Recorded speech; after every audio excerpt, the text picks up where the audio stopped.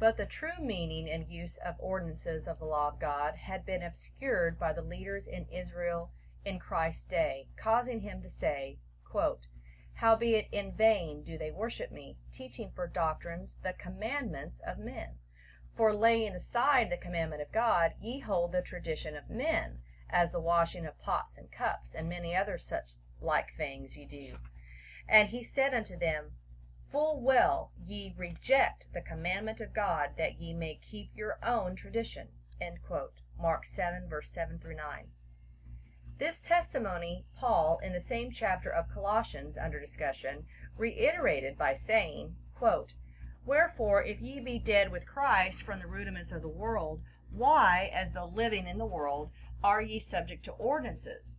Touch not, taste not, handle not, which all are to perish with the using, after the commandments and doctrines of men." End quote. Colossians 2, verses 20 to 22.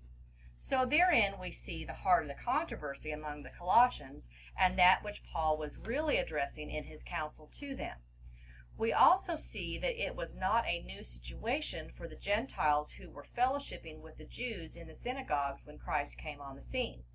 Certain ones who had an unwarranted zeal for rabbinical teachings of men were pressing upon the Gentile believers to observe those vain traditions of men when they would come together to keep the feast days. Prior to Christ's death on the cross, the Jews were rightly upholding the law which stated that when a Gentile wished to join himself unto the house of Israel and keep the Passover, they had to be circumcised in their flesh. Exodus 12, 43 through 49. But to this they added many other customs and traditions of their own invention.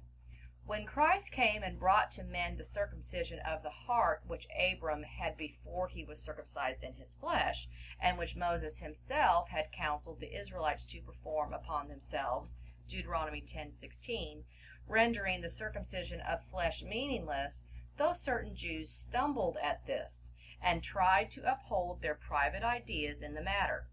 Therefore Paul said to the Colossians, quote, "Let no man therefore judge you in meat or in drink, or in respect of a holy day, or of the new moon, or of the Sabbath days, which are (bracket) present tense, not past tense were (end bracket) a shadow of things to come (bracket) future tense, not past tense have come (end bracket), but the body is of Christ." End quote. Colossians 2, verses 16 to 17, brackets added.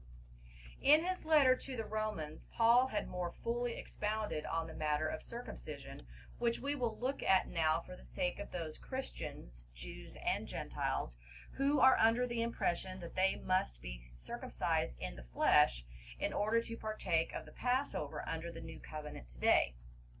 Quote, "Circumcision verily profiteth, if thou keep the law. But if thou be a breaker of the law, thy circumcision is made uncircumcision. Therefore, if the uncircumcision keep the righteousness of the law, shall not his uncircumcision be counted for circumcision? And shall not uncircumcision, which is by nature, if it fulfill the law, judge thee, who by the letter and circumcision dost transgress the law? For he is not a Jew which is one outwardly, neither is that circumcision which is outward in the flesh. But he is a Jew which is one inwardly, and circumcision is that of the heart in spirit, and not in the letter, whose praise is not of men, but of God. What advantage then hath the Jew, or what profit is there of circumcision? Seeing it is one God which shall justify the circumcision by faith, and uncircumcision through faith." End quote. Romans 2, verses 25 through 29, and chapter 3, verses 1 and 30.